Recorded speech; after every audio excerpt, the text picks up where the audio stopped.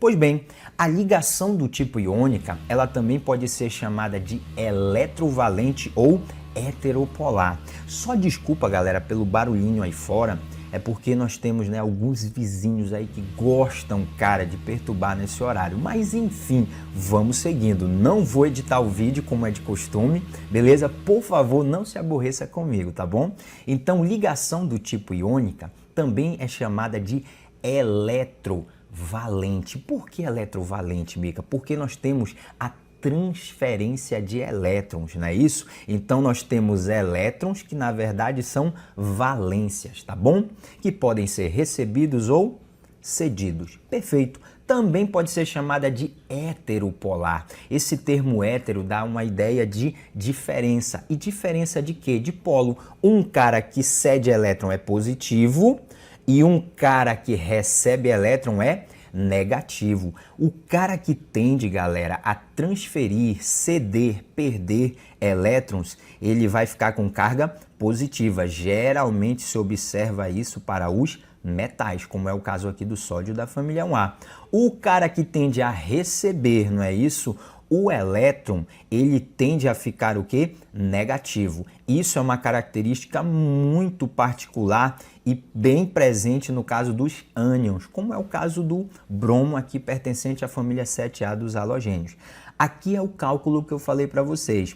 O que é o 0,9, Mica? Isso aqui é a eletronegatividade do sódio e isso aqui, 2,8, é a eletronegatividade do bromo. Então, quando nós tiramos essa diferença, nós vamos ter 1,9. Nós sabemos que diferença de eletronegatividade superior a 1,7 vai caracterizar para a gente uma interação do tipo iônica. Então, toda vez que nós temos sódio interagindo com bromo, o caráter da ligação é iônica.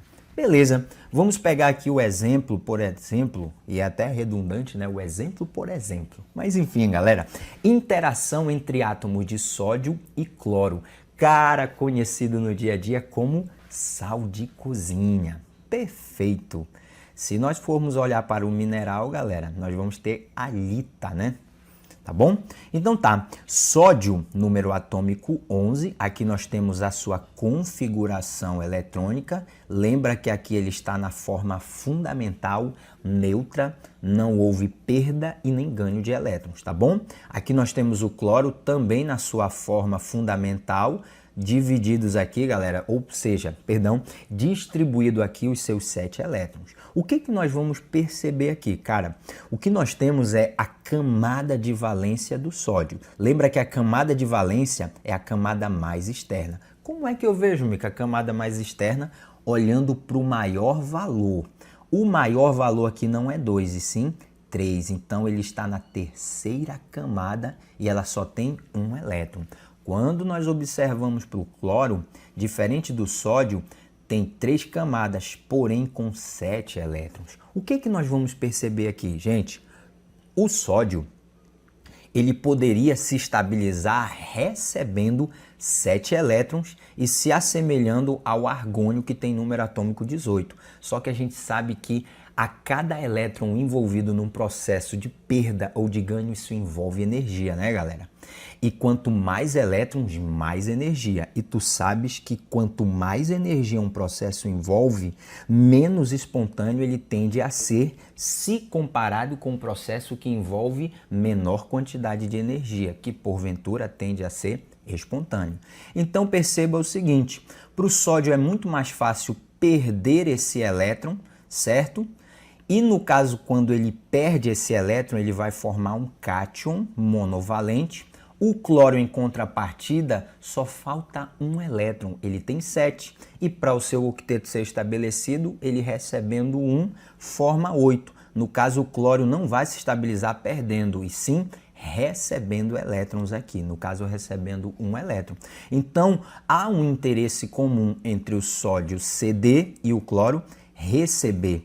No momento em que esses caras, por exemplo, interagem, eles vão formar esse arranjo aqui, olha, vários átomos de sódio ligados a vários átomos de cloro, só que perceba que átomos de sódio e cloro interagindo nessa forma ordenada aqui, galera, eles estão unidos, não na sua forma fundamental, mas na sua forma iônica. Então eu tenho sódio mais, cloro menos, repetido inúmeras vezes, organizados na forma de um cristal. O que é legal é que quando esse cara doa um elétron e esse cara recebe um elétron, todos eles estão estáveis. O cloro com agora 3p6 e o sódio agora finalizando este carinha e ficando com esta camada de valência aqui, tá bom? Vamos seguindo. Então aqui nós temos um segundo exemplo, a interação entre o alumínio e o flúor. Cara, alumínio é da família 3A, beleza? Número atômico 3. Número atômico 13, perdão. Ele possui 3 elétrons na camada de valência. Novamente aquele raciocínio. Para ter 8, ele precisaria receber, galera, 5 elétrons. Não é isso? Mas para ele é muito mais fácil perder 3 elétrons, ficando agora com essa camada de valência. O flúor, em contrapartida, ele só precisa de 1 elétron, porque na camada de valência dele ele tem 7. Só que tu vai perceber o seguinte, um átomo de alumínio, ele precisa doar 3 elétrons. Cada átomo de flúor só precisa receber 1. Então nós temos aqui que se for uma proporção de um átomo de um alumínio para um átomo de flúor, não vai dar certo. É por isso que nesse contexto aqui, eu vou ter um átomo de alumínio e 3 átomos de flúor, porque um átomo de alumínio vai doar 3 elétrons. Cada átomo de flúor vai receber 1 elétron. Então nós vamos ter a proporção de 1 para 3. Mas na formulação nós vamos discutir um pouquinho mais à frente, tá bom? Então, formulação de um composto iônico.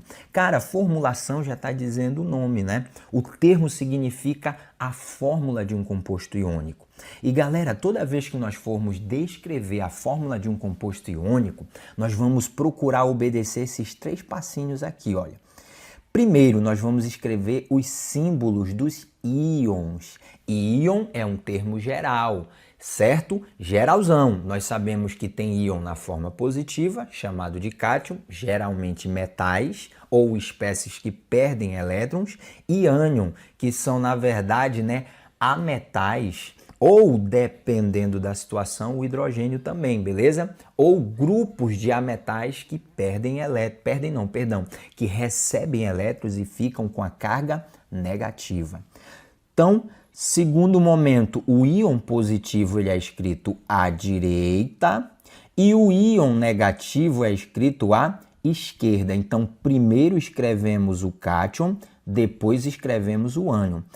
Terceiro e último momento, nós vamos trabalhar o balanço das cargas. Cara, isso é muito importante e é aqui que normalmente os alunos eles vão se atrapalhar. Porque quando nós trabalharmos itens, questões, nós vamos perceber que ele vai dar para a gente pura e simplesmente elementos químicos e vai querer saber qual é a fórmula desse elemento, a fórmula desse composto, dessa substância. E aí, primeira coisa que a gente vai observar, esses caras são o quê? Ah, Mica, é um metal e um ametal. Beleza, ligação do tipo iônica na sua grande maioria. Mica, ele deu para mim o alumínio e deu o oxigênio. O que eu tenho que levar em consideração? Família, alumínio é um metal da 3A, tende a perder 3 elétrons. Oxigênio é da família 6A, cara, da 4A, 5A, 6A, e 7A, os caras tendem a receber. Lembra que quando eu falo da 3A, estou falando do boro. Os outros caras lá são metais e tendem a perder, tá bom? Quando eu falo da 4A, estou pensando principalmente em carbono e silício. Da 5A, nós estamos pensando principalmente em nitrogênio e fósforo. 6A leva em consideração principalmente oxigênio e enxofre. Lá da 7A nós pensamos principalmente em flúor, cloro, bromo e iodo. Pois bem, cara da 3A perde 3 elétrons, cara da 6A ganha 2 elétrons para poder ficar com 8. Tá aqui, galera, olha, cátion com a sua carga, ânion com a sua carga. Como é que a gente vai proceder agora? Cara, O que a gente tem que pensar é o seguinte: qualquer substância do tipo iônica descrita, beleza, num item, numa questão, num livro, onde quer que seja, e a substância não possui nenhuma carga aparente, isso quer dizer o quê? Que nós temos uma substância estável. Estável por quê, Mica? Porque a sua quantidade de cargas positivas é igual à sua quantidade de cargas negativas. Mas se nós olharmos aqui, galera, para o Al3+, e para o O2-, o que eu vou perceber é que eu tenho a proporção de 1 para 1. Se eu juntar, obviamente, -2 com +3, isso não vai dar igual a 0. É por isso que nós devemos aplicar esse esquema aqui. Olha, o somatório das cargas tem que dar igual a 0. E aí a gente utiliza esse esqueminha aqui do multiplicar cruzado. Não é que tu vai fazer, galera, aquele esquema da resolução de uma regra de 3. Não é isso não. Essa ideia do cruzado aqui é o seguinte: a carga do cátion vai para frente do ânion na forma de um índice e a carga do ânion vai para frente do cátion na forma de um índice. Então, quanto é a carga do alumínio? Não é 3 positivo? Vem para frente do oxigênio, tá aqui o valor 3. A carga do oxigênio não é 2? Vem para frente do alumínio na forma de quantidade. Se nós efetuarmos o cálculo aqui, olha para cá, ó, 2 vezes mais 3, nós vamos ter mais 6. Então, eu tenho 6 positivas. 3 vezes -2 vai dar -6. 6 negativas. Galera, 6 positivas com 6 negativas, o total dá igual a 0. Então, quando eu tenho a interação entre alumínio e oxigênio, o composto iônico, tá bom? Nós geralmente usamos para substâncias iônicas o termo composto, tá bom? Beleza? O termo molécula, ele é mais voltado para substâncias moleculares, no caso covalente. Mas mais à frente nós vamos entender um pouquinho mais sobre isso. Pois bem, então Al2O3, tá bom? Vamos em frente. Formulação de compostos iônicos. Ainda dentro desse aspecto, nós temos uma série de informações aqui, mas deixa eu te passar de uma forma mais simples. Galera, nós temos 4 observações que são muito importantes. O termo eletrovalência nada mais é do que a carga elétrica do íon, tá bom? Que em alguns conceitos também nós usamos o termo NOx, o número de oxidação, que nada mais é do que a carga que a espécie vai assumir frente a uma interação, tá bom? Perfeito. Alumínio, a sua eletrovalência é +3. Isso quer dizer que o alumínio nesse tipo de interação ele tende a perder 3 elétrons. O flúor, ele é de eletrovalência -1. Isso quer dizer que nesse tipo de interação ele tende a receber. Um esquema muito legal que nós devemos ter, galera, é o seguinte: família 1A, família 2A e família 3A, beleza? Ou 13, porque lembra que nós vamos passar toda a galera lá dos metais de transição e no caso do cara que seria a continuação, que seria 3A, na verdade vai dar 13. São espécies que tendem o quê? A doar, ou seja, a perder. Perder quanto? 1A, 1 elétron, 2A, 2 elétrons, 3A, 3 elétrons. Então esses caras que perdem vão ter 1, 2 e 3. Como é perda? Carga positiva. O cara da 1A vai ter NOx mais 1. O cara da 2A vai ter NOx mais 2. O cara da 3A vai ter NOx mais 3. Tá bom? Terceira observação. Elementos do grupo 5A, do grupo 6A, do grupo 7A, tá? São caras que tendem a receber elétrons, ou seja, tendem a ficar com carga negativa. Do 5A não falta 3 para 8, então -3. Do 6A não falta 2 para 8, -2. Do 7A não falta 1 para 8, então -1, tá bom? Vale citar também que no caso do carbono, galera, ele pode assumir carga positiva ou carga negativa, dependendo em qual tipo de interação ele se encontra. Carbono, silício, principalmente, tá bom? Vamos em frente. O hidrogênio, cara, ele é muito curioso. O hidrogênio ele tem um elétron apenas. E para que ele possa se assemelhar a um gás nobre, é óbvio, galera, que ele não vai receber 7 elétrons. O máximo que ele vai receber, né, dentro dessa interação é um elétron, tá bom? Então, no caso do hidrogênio, ele vai se assemelhar ao gás nobre hélio. E essa ideia do hidrogênio estar recebendo elétrons é principalmente no contexto de substâncias que nós chamamos de hidreto. Hidreto é uma função orgânica que é pouco falada, mas tem a sua relevância. Falamos de ácido, base, sal, óxido, não é isso? Mas existe um quinto carinha que fica um pouquinho de lado, mas eu gosto de comentar sobre ele. No caso aqui são os hidretos, né? Hidretos, galera, são espécies ligadas ao hidrogênio, tá bom? Aqui eu dei um exemplo para vocês do hidreto de lítio, tá bom? Lítio, número atômico 3, doa um elétron para o hidrogênio, fica semelhante ao hélio. Hidrogênio, número atômico 1, recebe um elétron do lítio e fica semelhante ao hélio. Então, tu percebe que no caso aqui do hidreto de lítio, todo mundo nessa interação é beneficiado, recebendo, cedendo. Vamos em frente. Aqui o nosso primeiro exercício, galera, né? Exercício da Mackenzie de São Paulo, ele diz assim, olha, na ligação entre átomos dos elementos químicos, ele deu pra gente aqui, galera, né? O fósforo, que tem número atômico 15 e massa 31. Daqui o que interessa pra gente é o número atômico. Nessa altura do campeonato, você já sabe distribuir, você já sabe verificar a família e tu também já sabe, galera, trabalhar com a tabela periódica, não é isso?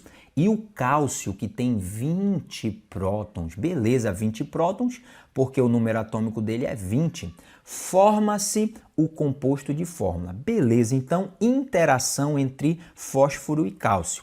Cara, se nós observarmos nas alternativas, inicia cada composto por quem? Pelo cálcio. Lembra da regrinha de formulação? Primeiro vem o metal, carga positiva, segundo o ametal, carga negativa. Pois bem, primeira coisa é verificar, não é isso? Para nossa resolução, as espécies e suas cargas. Vamos lembrar o seguinte, o fósforo é da família 5A, ele tem 5 elétrons na camada de valência. Para 8 falta 3, é por isso que a carga dele é menos 3, porque ele tende a receber. No caso do cálcio, ele pertence à família 2A. Tem 2 elétrons na camada de valência. Muito difícil ganhar 6. O que é que ele vai fazer? Perder esses 2. Então, vai formar cátion mais 2. Perfeito, já sei agora disso, vou organizar. Primeiro eu vou ter o cálcio mais 2 e depois eu vou ter o fósforo menos 3.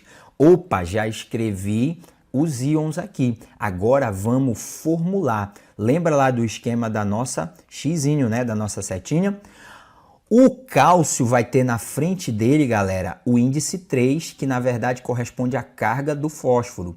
E o fósforo vai ter o índice 2, que corresponde à carga do cálcio, não é isso? Lembra que carga é expoente, índice fica embaixo e é quantidade. Mica, como é que eu sei se o que eu fiz está correto? Faz o cálculo matemático para verificar a nulidade no composto. Me explique isso aí, Mica, direito. 3 vezes mais 2 vai me dar mais 6. 2 vezes menos 3 vai me dar menos 6. Mais 6 com menos 6 vai dar igual a 0. Então, a nossa alternativa correta é a letra E, Ca3P2. Perfeito. Vamos aqui em frente para um segundo tipo de item, galera. Esse item aqui, ele vai trabalhar com a gente aquelas questões que são afirmativas e as questões que são falsas, tá bom? Sobre os átomos dos elementos químicos, aí ele deu pra gente aqui, olha, cálcio, família 2A, e flúor, família 7A. Cara, são feitas as seguintes afirmações. Beleza, primeira coisa que eu tenho que pensar, tende a formar carga positiva, cátion, no caso bivalente, tende a formar carga negativa, ânion, monovalente. Perfeito. Primeira afirmação diz assim, são conhecidos como alcalino terroso e calcogênio, respectivamente. Tá certo, alcalino terroso e calcogênio, certo, Mica? Claro que não. Calcogênio, galera, não é a 7A. A 7A, na verdade, são os halogênios. Então, a primeira afirmação está errada. Olha a pegadinha.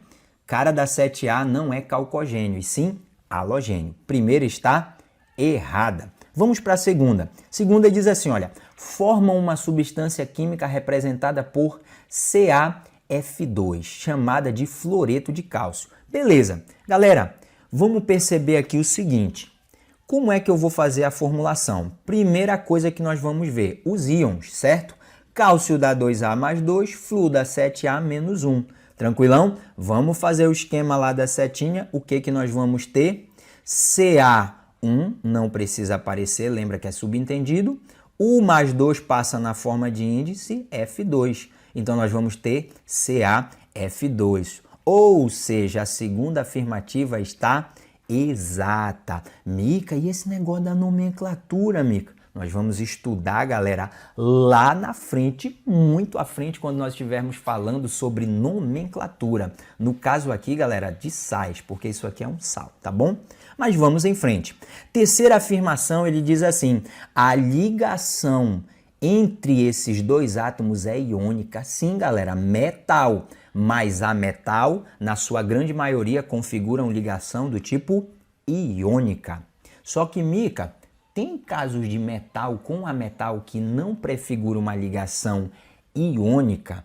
Tem, na verdade nós temos, galera, alguns casos aí, poucos, mas tem, de alguns caras que são metais interagindo com a metal, mas quando a gente faz o cálculo da eletronegatividade no que diz respeito à diferença, nós não vamos ver aquela regra se cumprindo. Então, mesmo o cara sendo um metal e o outro um ametal, a predominância de ligação ela é covalente, tá bom? Mas a gente pode trazer um exemplo desse mais à frente, tá bom? Cálcio possui maior energia de ionização do que o flúor.